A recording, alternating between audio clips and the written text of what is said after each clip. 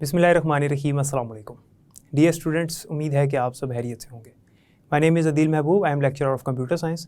आज की इस वीडियो में हमने चैप्टर नंबर 2 का जो टॉपिक है नेटवर्किंग कॉन्सेप्ट्स वो शुरू करना है। नेटवर्किंग कॉन्सेप्ट्स में इसने बताया हुआ है कि नेटवर्क होता क्या है और नेटवर्क को बनाते कैसे हैं, और उसके बाद यूजेस ऑफ नेटवर्क हम पढ़ेंगे जो कि हम पहले से डिस्कस कर चुके हैं। उसके बाद नेटवर्क मॉडल्स पढ़ेंगे जो आज का मेजर टॉपिक है, और एक लॉन्ग क्वेश्चन भी है नेटवर्क मॉडल यानी नेटवर्क का स्ट्रक्चर। नेटवर्क के मॉडल की 3 टाइप्स हैं हमारे पास, client server, pair to pair और हमारे पास हाइब्रिड नेटवर्क। ये 3 नेटवर्क की टाइप्स हैं। इसमें आज हम ये तीनों टाइप्स डिस्कस करेंगे, फिर इंशाल्लाह आपको समझ आ जाएगी। तो चलते हैं लेक्चर की तरफ।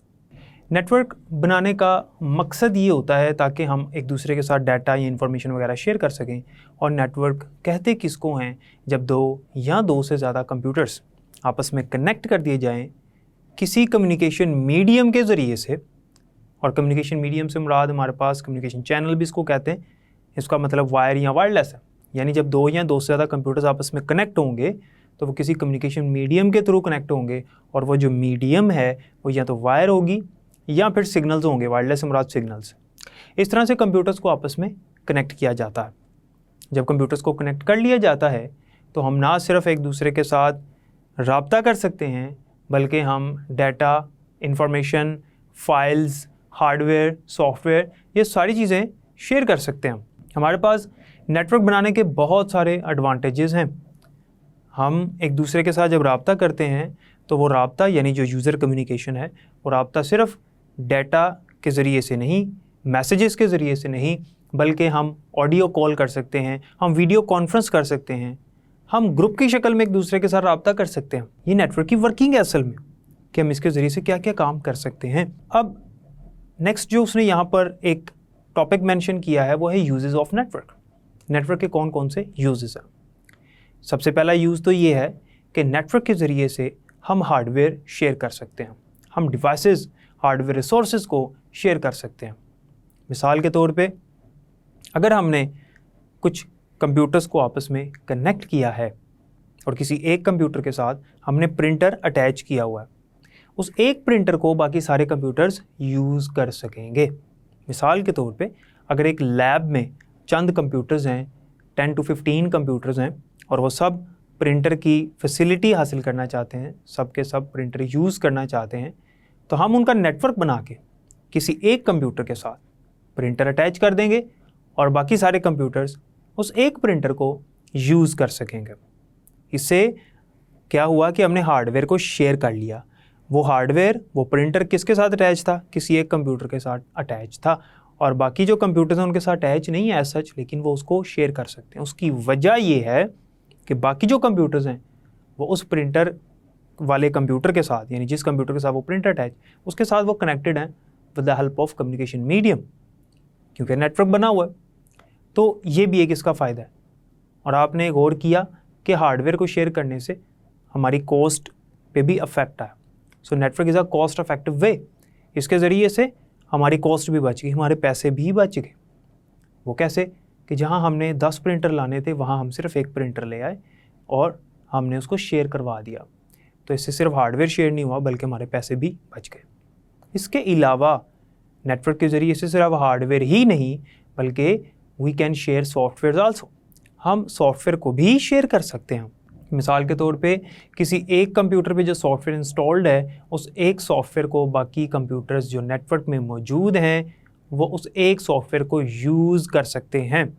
फॉर एग्ज़ाम्पल बैंक में क्या होता है? बैंक में जितने भी कंप्यूटर्स मौजूद हैं और बैंक की जितनी भी ब्रांचेस में मौजूद हैं वो एक सिंगल सॉफ्टवेयर को यूज़ करते हैं, एक एप्लीकेशन को यूज़ करते हैं। वो जो एप्लीकेशन है, वो जो सॉफ्टवेयर है, वो किसी एक सर्वर कंप्यूटर पे यानी एक मेन कंप्यूटर पे इंस्टॉल्ड है। बाकी सिर्फ उसको यूज़ करते हैं, उसको अपडेट करते हैं, उसमें डाटा एंटर करते हैं और उसके डाटा को यूज़ करते हैं। सो हम हार्डवेयर के अलावा सॉफ्टवेयर भी शेयर कर सकते हैं। स्टूडेंट्स, आपको पता है कि नेटवर्क के ज़रिए से हम वीडियो कॉन्फ्रेंस या टेली कॉन्फ्रेंस भी कर सकते हैं, जिसे टेली कम्युनिकेशन भी कहते हैं। टेली कम्युनिकेशन से ये मुराद हम एक दूसरे के साथ राब्ता कर रहे हैं, जैसे हम ऑडियो कॉल करते हैं। और वीडियो कॉन्फ्रेंस से मुराद आप जानते हैं कि हम ग्रुप की शक्ल में वीडियो कॉन्फ्रेंस करके, वीडियो कॉल करके एक दूसरे के साथ फेस टू फेस मीटिंग कर सकते हैं। नेटवर्क के ज़रिए से हम एक सिंगल कनेक्शन जो नेटवर्क का कनेक्शन है वो बाकी कंप्यूटर के साथ शेयर कर सकते हैं, जस्ट लाइक वाईफाई। जैसे घर में एक कनेक्शन है वाईफाई का, और बाकी जो कंप्यूटर्स हैं या बाकी जो मोबाइल फ़ोन्स हैं वो उस एक वाईफाई कनेक्शन को यूज़ कर रहे हैं। वो वाईफाई कनेक्शन बेसिकली इंटरनेट का कनेक्शन है, इसको सारे computers at a time use कर रहे हैं, at the same time use कर रहे हैं, हम कह सकते हैं साइमल्टेनियसली यूज़ कर रहे हैं। और आपको पता है कि अगर हम इंटरनेट यूज़ कर रहे हैं, चूँकि इंटरनेट भी एक नेटवर्क की ही टाइप है, एक वाइड एरिया नेटवर्क है, तो इंटरनेट अगर हम यूज़ कर रहे हैं तो हम ईमेल की सर्विस को भी इस्तेमाल कर सकते हैं। ईमेल की सर्विस क्या होती है इसी चैप्टर में पहले हम डिस्कस कर चुके हैं। एक इलेक्ट्रॉनिक मेल है और इसके ज़रिए से हम एक दूसरे को ईमेल्स वगैरह सेंड कर सकते हैं, फाइल्स और डाटा वगैरह शेयर कर सकते हैं। सो ये नेटवर्क के यूजेस थे। तो हमने नेटवर्किंग कॉन्सेप्ट्स और नेटवर्क के यूजेस पढ़े। जब मैंने ये चैप्टर आपको स्टार्ट करवाया था तब ही मैंने आपको बता दिया था कि नेटवर्क होता क्या और उसके यूजेस क्या हैं। फिर उसमें हमने नेटवर्क की टाइप्स और बाकी डिटेल्स भी देख ली थी। अब नेक्स्ट जो टॉपिक है वो है नेटवर्क मॉडल्स। स्टूडेंट्स, आज के लेक्चर का ये मेजर टॉपिक है और आज के लेक्चर में ये जो हम टॉपिक पढ़ रहे हैं यही मेन टॉपिक है और इम्पॉर्टेंट टॉपिक है बोर्ड के पॉइंट ऑफ व्यू से, लॉन्ग क्वेश्चंस के हवाले से भी और शॉर्ट के हवाले से भी। नेटवर्क मॉडल होता क्या है? नेटवर्क मॉडल का मतलब है नेटवर्क की बनावट, नेटवर्क का स्ट्रक्चर, नेटवर्क की बनावट, नेटवर्क को किस तरह से बनाया गया है, इसे हम कहते हैं नेटवर्क मॉडल। आपको पता है कि नेटवर्क बनाने के हमारे पास डिफरेंट मॉडल्स, डिफरेंट मेथड्स मौजूद हैं इस दुनिया में, जिसमें से नंबर 1 पे आता है क्लाइंट सर्वर मॉडल, जिसे हम डेडिकेटेड सर्वर नेटवर्क भी कहते हैं। Number 2 peer to peer network and number 3 is hybrid network. Dear students, सबसे पहले हम डिस्कस करेंगे क्लाइंट सर्वर नेटवर्क, जिसे हम डेडिकेटेड सर्वर नेटवर्क भी कहते हैं। क्लाइंट सर्वर नेटवर्क कुछ इस तरह से दिखता है जैसा आपको नज़र आ रहा है कि अगर आप गौर करें तो दरमियान में एक सेंट्रल कंप्यूटर है जिसे हम सर्वर कंप्यूटर कहेंगे, और बाकी के जो कंप्यूटर्स हैं वो सारे के सारे क्लाइंट कंप्यूटर्स हैं। अब क्लाइंट और सर्वर क्या होता है इसके ऊपर बात करते हैं।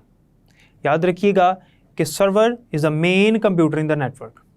सर्वर जो है वो नेटवर्क में मेन कंप्यूटर होता है जो अपनी सर्विसेज प्रोवाइड करता है अदर कंप्यूटर्स को, यानी वो कंप्यूटर्स जो नेटवर्क में सर्वर के साथ कनेक्टेड हैं वो सर्वर की सर्विसेज को यूज़ कर रहे हैं, और जो कंप्यूटर्स सर्वर की सर्विसेज को यूज़ करते हैं उन कंप्यूटर्स को हम क्लाइंट कंप्यूटर्स कहते हैं। तो ऐसा मॉडल जिसमें एक सर्वर और बाकी कंप्यूटर्स जो हैं वो क्लाइंट कंप्यूटर्स हैं, तो ऐसे नेटवर्क को हम क्लाइंट सर्वर नेटवर्क या क्लाइंट सर्वर नेटवर्क मॉडल कहते हैं, या इसका दूसरा नाम मैंने आपको बताया डेडिकेटेड सर्वर नेटवर्क। अब इसके फ़ायदे क्या हैं, हम क्यों इसको बनाते हैं, और इसके डिसएडवांटेजेस क्या हैं, इसके नुकसानात क्या हैं, इसके लिमिटेशंस क्या हैं। क्लाइंट सर्वर नेटवर्क बनाने से होता ये है कि हमारी कॉस्ट बच जाती है। वो कैसे? वो इस तरह से कि हमारी अगर सॉफ्टवेयर ऐसा हम यूज़ कर रहे हैं, नेटवर्क में हम ऐसा सॉफ्टवेयर यूज़ कर रहे हैं जो कि हमने सर्वर पे सेव करवाया हुआ है, और बाकी कंप्यूटर्स उस एक सॉफ्टवेयर को यूज़ कर रहे हैं, उस सॉफ्टवेयर के अंदर बेशुमार डाटा मौजूद है, और इतना डाटा मौजूद है कि उसके लिए हार्ड डिस्क यानी स्टोरेज मेमोरी जो है वो ज़्यादा लार्ज, ज़्यादा अमाउंट की चाहिए, large amount of storage device चाहिए हमें। तो अगर हम हर कंप्यूटर के ऊपर वो स्टोरेज डिवाइस इंस्टॉल करें और स्टोरेज डिवाइस के अंदर वो डाटा सेव करें, तो हर कंप्यूटर के लिए large amount of storage device चाहिए होगी जो कि कॉस्टली होगी, एक्सपेंसिव होगी। ये करने की बजाय हम क्या करेंगे, हम हर कंप्यूटर की जो स्टोरेज कैपेसिटी है वो हल्की रखेंगे, सस्ती रखेंगे, लेकिन जो एक कंप्यूटर है उसकी स्टोरेज कैपेसिटी को बढ़ा देंगे। सिर्फ एक कंप्यूटर एक्सपेंसिव लेना है आपने, बस उसको आपने बना देना सर्वर कंप्यूटर। बाकी जो है वो सिंपल सादे कंप्यूटर्स हैं, उनकी ना तो स्टोरेज कैपेसिटी ज़्यादा है ना स्पीड ज़्यादा है, लेकिन वो क्या कर रहे हैं, वो उस सॉफ्टवेयर को जो एक सर्वर कंप्यूटर पे सेव है उसको यूज़ कर रहे हैं।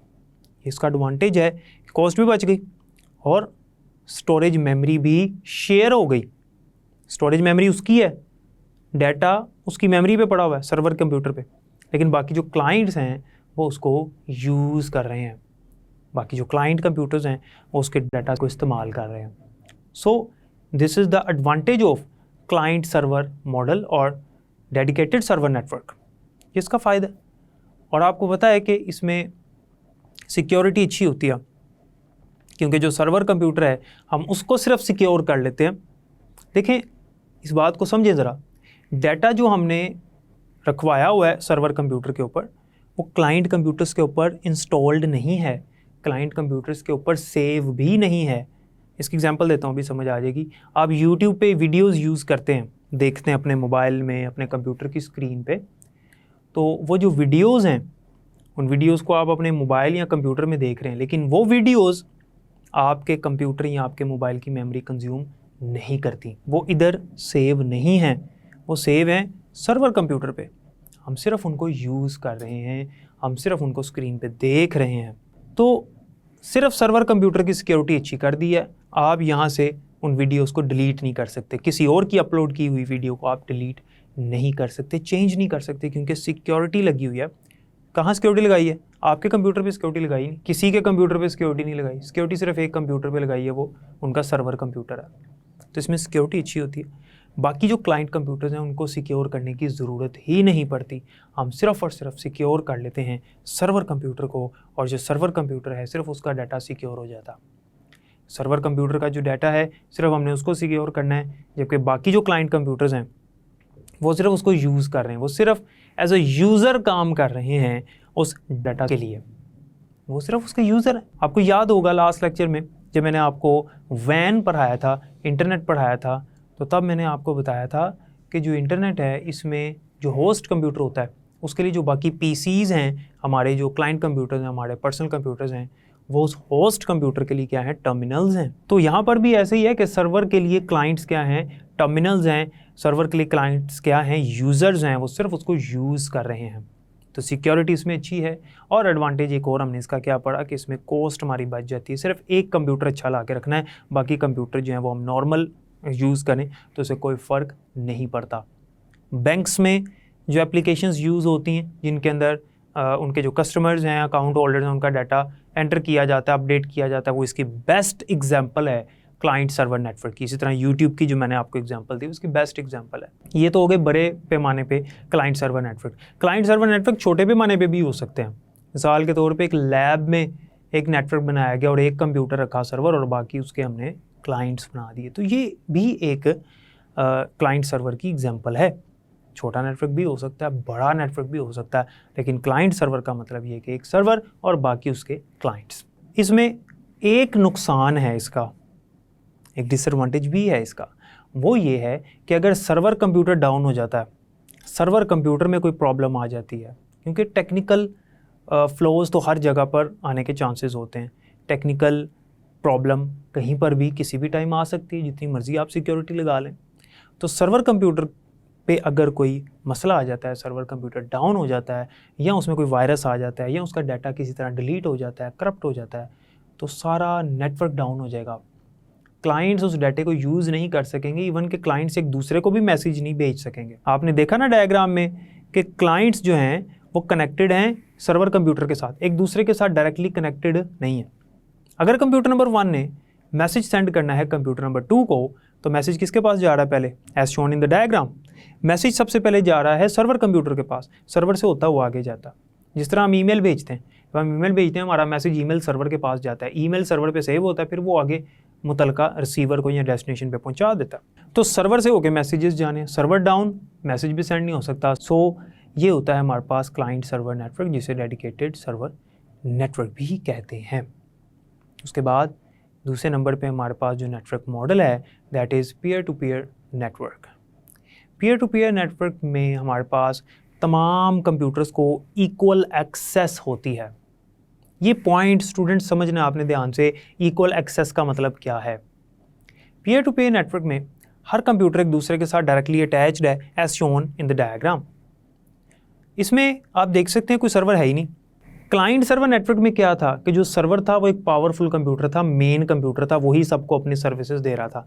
सर्वर के पास इख्तियारात ज़्यादा थे एज़ कम्पेयर टू क्लाइंट्स, क्योंकि सर्वर ही है जो मैसेजेस को सेंड कर रहा है। अगर सर्वर नहीं किसी का मैसेज आगे फॉरवर्ड करता, रोक लेता है, तो क्लाइंट्स कुछ नहीं कर सकते। तो सर्वर के पास अथॉरिटीज़ ज़्यादा हैं सर्वर एक पावरफुल कंप्यूटर होता है। लेकिन पीयर टू पीयर नेटवर्क में हर कंप्यूटर को इक्वल एक्सेस होती है। Each computer in the peer to peer network has equal access. हर कंप्यूटर की इक्वल एक्सेस है। हर कंप्यूटर जो है वो एक जितने ही काम कर सकते हैं। इनमें कोई ऐसा कंप्यूटर नहीं है जिसके पास अथॉरिटीज़, जिसके पास फैसिलिटीज़ ज़्यादा हों। सब एक जैसा काम कर सकते हैं। मोर ओवर, इसमें दरमियान में थर्ड पार्टी इन्वॉल्व नहीं है जिसके पास से हमारा डाटा होके गुजरना है, लाइक सर्वर से डाटा होके गुजरना है। कोई थर्ड पार्टी है ही नहीं। एक कंप्यूटर ने दूसरे को मैसेज सेंड करना है तो वो डायरेक्टली सेंड करेगा। दरमियान में कोई थर्ड पार्टी इन्वॉल्व नहीं है।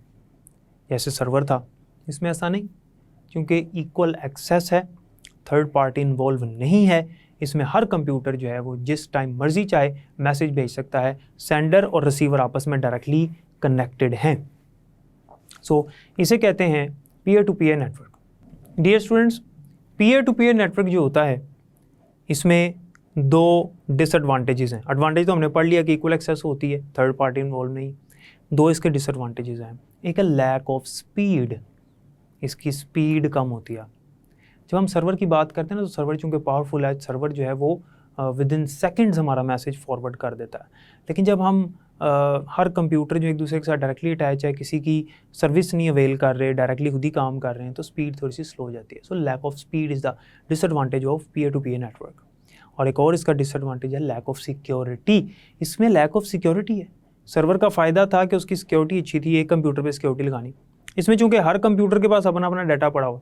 फॉर एग्जांपल एक कंपनी है, कंपनी के पास जो डाटा है जिसको सारे एम्प्लॉयज़ ने यूज़ करना है, कंपनी ने वो डाटा हर एम्प्लॉय के कंप्यूटर पे सेव कर दिया, क्योंकि उन्होंने सर्वर बनाया नहीं। तो 3 कंप्यूटर्स की सिक्योरिटी बड़ी अच्छी थी, चौथे कंप्यूटर की सिक्योरिटी ज़रा सी लो हो गई। तो लो सिक्योरिटी की वजह से उस पर कोई अनऑथराइज्ड बंदा आ गया, उसने अटैक किया और उस डाटे को निकाल लिया।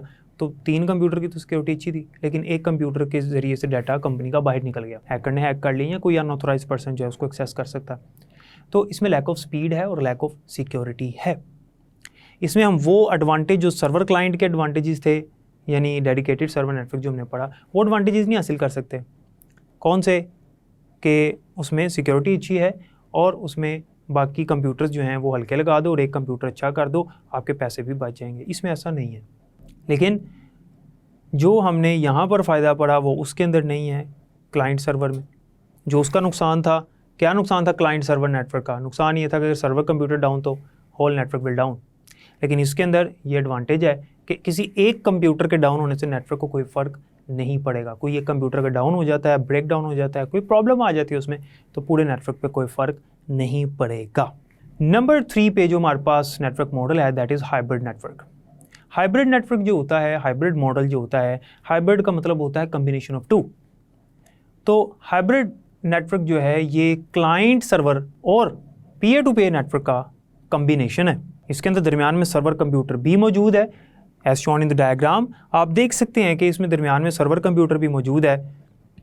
सारे कंप्यूटर जो सर्वर कंप्यूटर से भी अटैच्ड हैं और एक दूसरे के साथ डायरेक्टली भी अटैच्ड हैं, एक दूसरे के साथ डायरेक्टली भी कनेक्टेड हैं। अब डायरेक्टली वो एक दूसरे को मैसेज भी भेज सकते हैं और सर्वर के ऊपर डाटा सेव करवा के अपनी स्टोरेज भी बचा रहे हैं। तो जो एडवांटेज थे क्लाइंट सर्वर नेटवर्क के वो भी हासिल कर रहे हैं। क्या एडवांटेज थे? पैसे बच गए, अपने अपने कंप्यूटर हल्के रख लिए और उनकी मेमोरी जो है वो लो रख ली, पैसे बच गए। सर्वर कंप्यूटर रखवा दी, सारा डाटा और सॉफ्टवेयर उस पर सेव करवाया, हम सिर्फ उसको यूज़ कर रहे हैं, ये एडवांटेज उसका हासिल किया।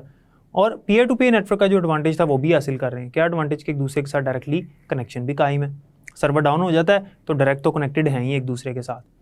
तो ये होता है हाइब्रिड नेटवर्क, जो कि इन दोनों का कम्बिनेशन है। उम्मीद है कि आपको नेटवर्क मॉडल्स की समझ आ गई होगी। डियर स्टूडेंट्स, आपने देखा कि नेटवर्किंग कॉन्सेप्ट्स क्या हैं।